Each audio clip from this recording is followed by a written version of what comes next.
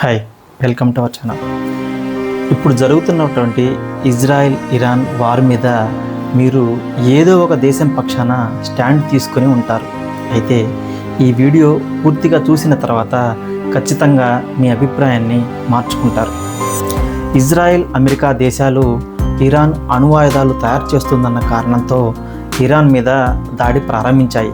మరి అమెరికా, ఇజ్రాయెల్తో పాటు వరల్డ్ వైడ్గా 12,000కు పైగా వార్ హెడ్లు ఉన్నాయి. ఇవి హిరోషిమా, నాగసాకిలో వేసినటువంటి అణుబాంబుల కన్నా 3 రెట్లు ప్రమాదకరమైనవి. ఇంత పెద్ద మొత్తంలో అణుబాంబులు ఉన్న ఇరాన్ అణ్వాయుధాలు తయారు చేసుకోవడం అమెరికా, ఇజ్రాయెల్కు ఎందుకు ఆందోళన కలిగిస్తుంది? దీని గురించి తెలుసుకోవాలంటే ఇరాన్ యొక్క రాజకీయ వ్యవస్థ గురించి తెలుసుకోవాలి. రెండో ప్రపంచ యుద్ధానంతరం బ్రిటిష్ చేతిలో కీలుబొమ్మలా ఉన్నటువంటి పహ్లావి రాజవంశం ఇరాన్ మీద పూర్తి అధికారం కలిగి ఉంది. కానీ నామమాత్రంగా ఒక పార్లమెంటు వ్యవస్థ ఉంటుంది. పార్లమెంటు సభ్యులు ఎలక్షన్ ద్వారా ఎన్నుకోబడతారు. తర్వాత మంత్రిమండలి కూడా ఏర్పాటవుతుంది. అయితే ఈ క్రమంలో 1951లో National Front of Iranian party అప్పటి వరకు ఇరాన్లో ఉన్నటువంటి వ్యవస్థకు భిన్నంగా ఇరాన్ కమ్యూనిస్టు తుదే పార్టీని కలుపుకొని ఒక కొత్త మంత్రిమండలిని ఏర్పాటు చేస్తుంది. ఇది లౌకిక ప్రజాస్వామ్య భావాలు కలిగినటువంటి పార్టీ. అధ్యక్షుడిగా మొహమ్మద్ మొసద్దెగ్ను ఎన్నుకున్నారు. ఈయనకు ఇరాన్ గాంధీగా పేరు ఉంది. అప్పటి వరకు ఇరాన్లో ఉన్నటువంటి చమురు బావులన్నీ బ్రిటిష్ ప్రైవేట్ కంపెనీల ఆధీనంలోనే ఉన్నాయి. ఆ కంపెనీలు ఆ దేశానికి ఇయర్లీ లీజు చెల్లిస్తూ అందినంత ఆయిల్ని తోడేయడం మొదలుపెట్టాయి. ఆ కంపెనీ ఇరాన్కి ఇచ్చే లీజు ఎంతంటే దాని ఆదాయంలో 4% మాత్రమే. అయితే ఈ లీజు కూడా సక్రమంగా చెల్లించకుండా మార్కెట్లో రేటు తగ్గిందని, యాక్సిడెంట్కి గురి అయ్యాయని బకాయిలు పెట్టడం మొదలుపెట్టింది. మహమ్మద్ మొసద్దెగ్ బ్రిటిష్ ఆయిల్ కంపెనీల మీద ఆడిట్ జరుపుతామని అడగ్గా అందుకు ఆ కంపెనీ నిరాకరించింది. బ్రిటిష్ ఆయిల్ కంపెనీ ఇరాన్ని తప్పుదోవ పట్టిస్తుందని భావించి మొసద్దెగ్ బ్రిటిష్తో ఉన్న పాత ఆయిల్ ఒప్పందాలని రద్దు చేసే బిల్లును పార్లమెంట్లో ప్రవేశపెట్టి మంత్రిమండలిలో కూడా ఆమోదం పొందేలా కృషి చేశాడు. తర్వాత కింగ్ మొహమ్మద్ రెజా పహ్లావి కూడా అయిష్టంగానే సంతకం చేయవలసి వచ్చింది. అప్పటి నుంచి ఇరాన్లో ఉన్నటువంటి చమురు నిక్షేపాలు ఇరాన్కే చెందుతాయని అబాడాన్లో ఉన్న చమురు శుద్ధి కర్మాగారాల నుండి బ్రిటిష్ ఆయిల్ కంపెనీని ఇరాన్ నుండి తరిమివేశాడు ప్రధాని మొసద్దెగ్. ఇది బ్రిటిష్కు ఆగ్రహం తెప్పించింది. మొసద్దెగ్ విధానాలు గెలిస్తే ప్రపంచవ్యాప్తంగా ఉన్న జాతీయవాదులు బ్రిటిష్ రాయితీలను రద్దు చేస్తారేమోనని బ్రిటిష్ వారు భయపడ్డారు. ఆ తర్వాత బ్రిటిష్ మంత్రివర్గం ఇరాన్పై వరుస ఆర్థిక ఆంక్షలు విధించింది.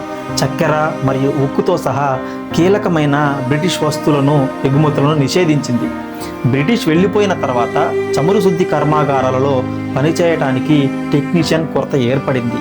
అయితే వేరే దేశాల నుండి టెక్నీషియన్స్ని తెప్పించుకోవాలని America, Sweden, Belgium, Netherlands, Pakistan, Germany దేశాల నుండి సాయం అడిగింది ఇరాన్. ఆ దేశం నుండి సాయం అందకుండా బ్రిటన్ అడ్డుపడింది. కానీ ఒకే ఒక్క దేశం, ఇటలీ సాయం చేయడానికి ముందుకు వచ్చింది. అయితే జూలై 1952లో రాయల్ నేవీ అంటే బ్రిటిష్ నావికాదళం ఇటాలియన్ ట్యాంకర్ని అడ్డగించింది. బ్రిటిష్ ఏడెన్లోకి బలవంతంగా ప్రవేశించింది. ఇరానియన్ చమురు తీసుకెళ్తున్న ట్యాంకర్లను రాయల్ నేవీ అడ్డగిస్తుందనే వార్తలు రావడంతో ఇరాన్ ఆయిల్ని కొనడానికి కొంత వెనకడుగు వేశారు. బ్రిటన్ బ్యాంకుల్లో ఉన్న ఇరానియన్ ఖాతాలను, కరెన్సీని లాక్ చేసింది. ఎన్ని ఆర్థిక ఆంక్షలు విధించినా ఇరాన్ వెనక్కి తగ్గలేదు. కానీ ఇరాన్లో సంక్షోభం ఏర్పడింది. అబాడాన్లో ఆయిల్ కర్మాగారం వల్ల ఏర్పడిన సంక్షోభం కాబట్టి దీన్ని అబాడాన్ సంక్షోభం అన్నారు. ఒక రచయిత, న్యాయవాది, లౌకికవాద భావాలు కలిగి ప్రజాస్వామ్యబద్ధంగా ఎన్నుకోబడిన మొసద్దెగ్ను అధికారం నుంచి దించి ఇరాన్ మీద తిరిగి ఆధిపత్యం చలాయించడానికి బ్రిటిష్, అమెరికా సహాయం కోరింది.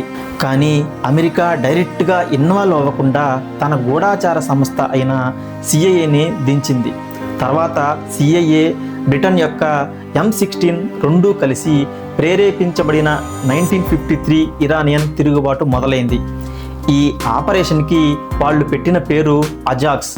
అప్పటికి ఇరాన్ పాలనలో ఎటువంటి మత ప్రమేయం లేదు, డ్రెస్ కోడ్ నిబంధనలు లేవు. అక్కడక్కడ రూరల్ ఏరియాలో ముస్లిం మత గురువులు కొంతమంది పట్టు కలిగి ఉన్నారు. 1941లో బ్రిటిష్ వారు అరెస్ట్ చేసి పాలస్తీనాకు బహిష్కరించిన అయతుల్లా కషానీని రప్పించి అమెరికా CIA కషానికి పెద్ద మొత్తంలో లంచాలను ఎరచూపి ప్రేరేపించమని ఉసిగొల్పింది. మత సంబంధమైన సున్నిత అంశాలను నినాదాలుగా చేసుకొని 3,000 మందితో నిరసనలు మొదలయ్యాయి. ఈ నిరసనకారులందరూ CIA నియమించిన కూలీలే. మొసద్దెగ్ ఇస్లామిక్ ఆచారాలకు విరుద్ధంగా నిర్ణయాలు తీసుకుంటున్నాడని పెద్ద ఎత్తున ఆందోళనలు రేకెత్తించి విధ్వంసానికి పాల్పడ్డారు. మత గురువు కషాని అనుచరులు బస్సులు వ్యాన్లు వేసుకొని టెహ్రాన్ మీద దాడి చేసి 300 మందికి పైగా సామాన్య ప్రజలను చంపివేశారు. కషానీకి మద్దతు ఇచ్చిన మంత్రి మండలిలోని మద్దతుదారులు నేషనల్ ఫ్రంట్ కూటమిని విడిచిపెట్టి వారి స్వంత ఇస్లామిక్ ఫ్యాక్షన్ను ఏర్పాటు చేసుకున్నారు.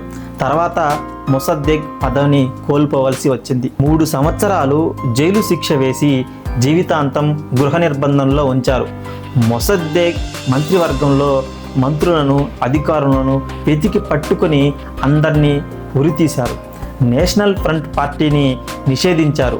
ఇరాన్లోకి బ్రిటిష్ ఆయిల్ కంపెనీలు మళ్ళీ తిరిగి ఎంటర్ అయ్యాయి. ఇరాన్తో చమురు ఒప్పందాలు చేసుకుంది. దీనిని 1954 కన్సార్టియన్ ఒప్పందం అంటారు. ఈ ఒప్పందం ప్రకారం ఇరాన్ యొక్క చమురు వాటా 20% కేటాయించారు. మిగిలిన 80%లో బ్రిటిష్కు సహకరించినందుకు అమెరికన్ కంపెనీలకు 40% వాటా తీసుకున్నాయి. మిగిలిన 40% బ్రిటిష్ కంపెనీ తీసుకుంది. తర్వాత ప్రజాస్వామ్యబద్ధంగా ఎన్నుకోబడిన మొసద్దెగ్ని పదవి నుంచి దించడానికి అమెరికా CIA పాత్ర ఉందని కొన్ని పత్రాలు బహిర్గతమైన తర్వాత CIA ఒప్పుకుంది. బ్రిటిష్ తన పాత్ర గురించి బహిర్గతం చేయొద్దని బతిమలాడుకున్న టెలిగ్రాములు కూడా దొరికాయి. పశ్చిమ దేశాల పంచన చేరి ప్రజల్లో మతమౌఢ్యాన్ని ఉసిగొల్పిన కషానీకి కూడా పెద్ద మొత్తంలో ఆర్థిక లావాదేవీలు జరిగినట్టు పత్రాలు బహిర్గతమయ్యాయి. అప్పటి నుంచి ఇరాన్లో చీకటి యుగం మొదలైంది. కషానీ నేతృత్వంలో ఉదారవాద భావాలున్న ప్రముఖులు చాలామంది బహిరంగంగా హత్యగావించబడ్డారు. మతాధిపతుల ఆధిపత్యం పెత్తనం రోజురోజుకు పెరగడం మొదలైంది. కింగ్ రెజా షా పహ్లావి అమెరికాలో చదువుకోవడం వల్ల వెస్ట్రన్ కల్చర్ అలవాటయ్యి లౌకికవాద ఉదార భావాలు ఉండటం వల్ల ఇరాన్ ఆధునికీకరణ చేయడానికి సామాజిక పరిస్థితుల్లో మార్పు తీసుకురావడానికి ఒక ప్రణాళికను ఏర్పాటు చేశాడు. దీనినే ఇరాన్ 1963 శ్వేత విప్లవం అంటారు. దీనిలో భాగంగా కొత్త భూ సంస్కరణలను తీసుకొచ్చి పెద్ద మొత్తంలో భూస్వాముల దగ్గర ఉన్న భూమిని తీసుకొని కౌలుదారులకు రైతులకు హక్కులు కల్పిస్తూ ఫ్యూడలిజంని రద్దు చేశాడు. దీని ద్వారా మతాధికారుల భూస్వాముల ఆగ్రహానికి గురయ్యాడు కింగ్ షా. 1979లో షా ఇరాన్ని వదిలిపోవటానికి ఇదే మొదటి కారణం. ప్రైవేట్ రంగ సంస్థల్లోని కార్మికులకు లాభాలలో 20% వాటాను కల్పించాడు. తర్వాత మహిళలకు ఓటు హక్కును కల్పించాడు. ఈ నిర్ణయం కూడా మతాధిపతులకు ఆగ్రహం తెప్పించింది. మారుమూల గ్రామాలకు కూడా ఉచిత విద్య వైద్య సదుపాయాలు ఏర్పాటు చేశాడు. రోజువారీ ఉచిత భోజనం. గతంలో ప్రాథమిక పాఠశాలలు లేని వందలాది గ్రామాలలో పాఠశాలలు నిర్మించబడ్డాయి. ఆధునిక ప్రపంచంలో జీవన అవసరాలకు అనుగుణంగా విద్యా వ్యవస్థలో బోధనలు ఉండాలని సాంకేతిక పరిజ్ఞానాలని పాఠశాలల్లో చేర్పించబడింది. రాజ్యంలో మతాధికారుల జోక్యం ఉండరాదని చరిత్రలో జరిగిన అనర్థాలకు పాఠ్యపుస్తకాల్లో చేర్చడం కూడా మత పెద్దలకు నచ్చలేదు. గర్భవతులకు పిల్లల తల్లులకు 2 సంవత్సరాల వరకు ఉచిత ఆహార పథకాన్ని అమలు చేశాడు. ఇవన్నీ ఎలా ఉన్నా భూస్వాములకు మతాధిపతులకు ఆగ్రహాన్ని తెప్పించినటువంటి భూ సంస్కరణ విధానం, మహిళలకు ఓటు హక్కు, ఆధునిక విద్యా విధానంలో మార్పులను వ్యతిరేకిస్తూ ఉలేమాల నాయకుడు రొహెల్లా ఖుమేనీ ముందుకు వచ్చాడు. ఈయన ఒక భూస్వామ్య కుటుంబం నుంచి వచ్చిన వ్యక్తి కాబట్టి శ్వేత విప్లవాన్ని వ్యతిరేకిస్తూ కింగ్ రెజా షాకి వ్యతిరేకంగా చాలా ప్రసంగాలు ఇవ్వడం మొదలుపెట్టాడు. షా రుహెల్లా ఖుమేని అరెస్ట్ చేసి టర్కీకి పంపించాడు. అక్కడ 1 సంవత్సరం ఉన్న తర్వాత తన స్థావరాన్ని ఇరాన్కి మార్చాడు. అక్కడ నుంచే చాలా ప్రసంగాలు చేయడం మొదలుపెట్టాడు. ఆయన ఉద్రేకపూరిత ప్రసంగాలు ఇవ్వడంలో దిట్ట. అప్పట్లో ఆయన ప్రసంగాలు చాలా పాపులర్ అయ్యాయి. రాను రాను పెట్రోలియం మీద అధిక ఆదాయం రావడం, ఆదాయం అంతా విదేశీ కంపెనీల పరం అవ్వడంతో 1917లో King Mohammad Reza Shah consortium ఒప్పందంలో కొన్ని మార్పులు చేయాలనుకున్నాడు. దానికి ప్రైవేట్ కంపెనీలు ఒప్పుకోలేదు. ఒప్పుకోకుంటే ఒప్పందాన్ని పునరుద్ధరించబోనని కింగ్ షా తెగేసి చెప్పాడు. బ్రిటిష్, అమెరికా ఆయిల్ కంపెనీలకు అడ్డుపడితే మళ్ళీ ఇరాన్లో ఏదో ఒక ప్రయోగం చేస్తాయి అని గ్రహించిన కింగ్ షా ఇరాన్లో ఉన్నటువంటి అన్ని పార్టీలను రద్దు చేసి ఒకే పార్టీ కిందకు తీసుకొచ్చాడు. 1954లో కన్సార్టియం చమురు ఒప్పందం 25 సంవత్సరాలకు కుదిరింది. 1979కి దాని గడువు అయిపోతుంది. ఇప్పుడు మళ్ళీ పహ్లావి రాజవంశానికి వ్యతిరేకంగా ఇరాన్లో ప్రేరేపించబడినటువంటి తిరుగుబాటు మొదలైంది. దీనిని 1979 ఇస్లామిక విప్లవం అని పిలుస్తారు. ఇప్పుడు ఈ తిరుగుబాటుకు రుహెల్లా ఖుమేనీని ఆయుధంగా వాడారు. 10 సంవత్సరాలుగా ఇరాన్లో ఉన్న ఖుమేనీని అకస్మాత్తుగా ఫ్రాన్స్కి తీసుకెళ్లి కింగ్ షాకి వ్యతిరేకంగా ప్రసంగాలు ఇప్పించారు. అమ్ముడుపోయిన మీడియా ఆ ప్రసంగాలను విపరీతంగా ప్రచారం చేసింది. 1978 నుంచి చిన్న చిన్న అల్లర్లు జరుగుతూనే ఉన్నాయి.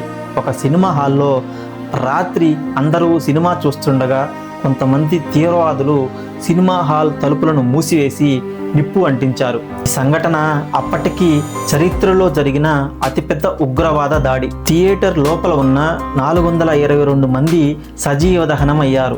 దీనిని సినిమా రెక్స్ అగ్ని ప్రమాదం అంటారు. ఈ ఘటన కారణంగానే షా ప్రభుత్వం కూలిపోయింది. ఖుమేని వెంటనే షా సేనలు నిప్పంటించారని నిందించాడు. విస్తృతంగా అల్లర్లు చెలరేగడం వల్ల ప్రజలు కూడా షానే నిందించారు. ప్రభుత్వం వారి ప్రమేయం లేదని పట్టుబడినప్పటికీ వేలాది మంది ప్రజలు వీధుల్లోకి వచ్చి షాకి వ్యతిరేకంగా నినాదాలు ఇచ్చారు. కొన్ని రోజుల తర్వాత ఈ ఘటన తీవ్రవాదులే చేశారని నిరూపించారు. ఇలా అల్లర్లు తీవ్ర రూపం దాల్చడంతో పహ్లావీ శకం ముగిసింది. ఫ్రాన్స్లో ఉన్న ఖుమేని ఇరాన్కి తిరిగి వచ్చి సుప్రీం లీడర్ అయ్యాడు. కింగ్ షా ఇరాన్ని వదిలి వెళ్ళిపోయాడు. కానీ ఆయన మంత్రివర్గాన్ని, అనుచరులను, అధికారులను వెతికి పట్టి మరీ ఉరితీశారు. పౌర హక్కులు హరించబడ్డాయి.